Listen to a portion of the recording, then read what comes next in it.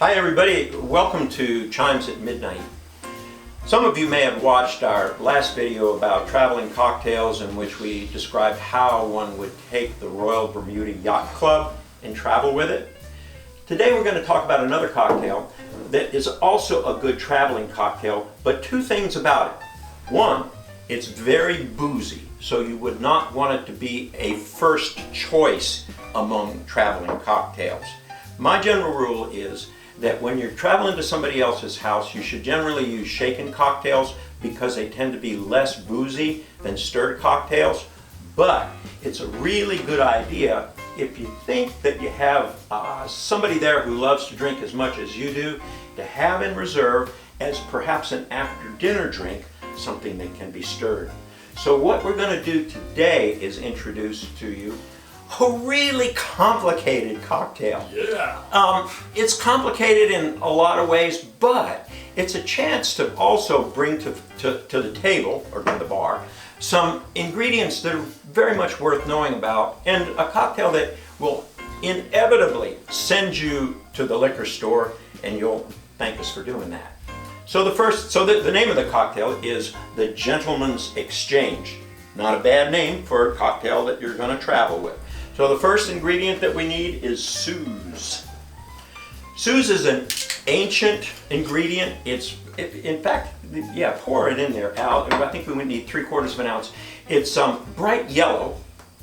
Yeah, you'll see what I mean. Look at that. It's like sun in the glass. I love the color of it. It's made with gentian root, which is very bitter.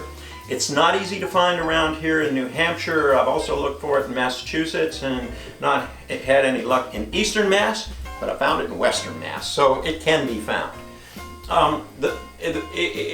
You can invent your own cocktails with this one, by the way. I've done a lot of that, and it's fun to do. We'll get that at another time. Okay, the second ingredient, Antica formula, which is the vermouth that we're gonna use in here. An ounce. This is our favorite red vermouth most of the time. There are many others that are good, but I don't know, this one is particularly delightful. It also calls for an Amaro. Now it calls for Amaro Foro in the original recipe. I don't know where to find Amaro Foro. I've never had any luck with that. So here's another Amaro. It's an expensive one, but it's one that's very much worth having in your bar. Amaro Nonino. It can go in lots of cocktails, and in my mind, it suits this cocktail especially well. The next thing we're going to use in this one is a good rye.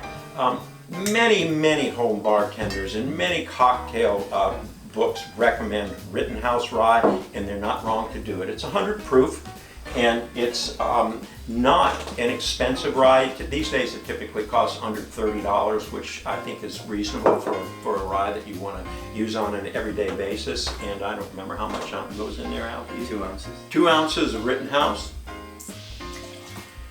And the next one, I think this is right. Is it Mr. Black? Yeah. Okay, Mr. Black. Mr. Black is a coffee liqueur from Australia. A lot of people haven't heard of this one yet. It's, a replacement for Kahlua. It's not as sweet as Kahlua. I like to buy it, keep it in the freezer, and after dinner sometimes I'll pour it over a little vanilla ice cream. Pretty good. I mean, it's every bit, maybe pour a little more than a little bit over vanilla ice cream, and it's just as good as chocolate. So, and here we're going to use 2 bar spoons, maybe 3, because it's so good. And you'll be able to taste the coffee as a kind of under flavor in this cocktail that gives it a little bit more depth. But you can tell by the number of ingredients here, and they're all significant ingredients that have their own flavors, that this cocktail is going to be complicated. So are we ready to? How could I forget the absinthe?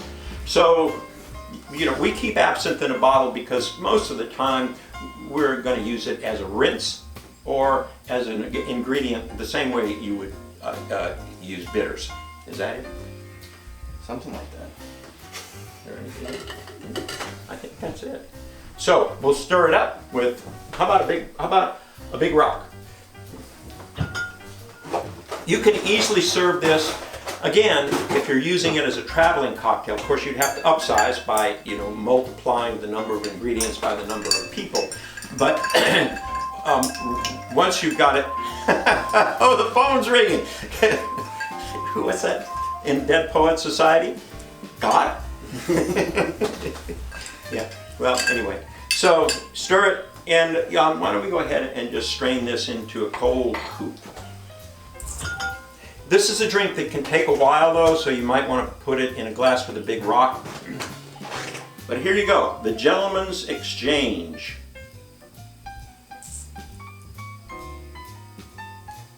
We like long, slow pour the drama. Would any of you fellas like to try this? Heck yeah! Okay! I'm in. Here's a gentleman, and we're going to exchange. And what do you think, Rick? Let me find out, David. Oh, the coffee undertones are magnificent. Fantastic drink.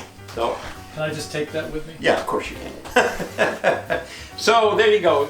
We have testimony from an unbiased audience that this cocktail is indeed a fine one. And again, we recommend this as a late night kind of drink. By the way, it could be that you'll carry this to somebody's house or yacht, and at the end of the night there'll be some left. My recommendation is offer it to the people whose guests you are. But if they say no, and you take it home, you may find yourself, as I did once, in having enjoyed that cocktail so much that before going to bed, you drink the rest. This is where generosity can pay off, and where your pain doesn't have to be the pain that I experienced from having too much Gentleman's Exchange.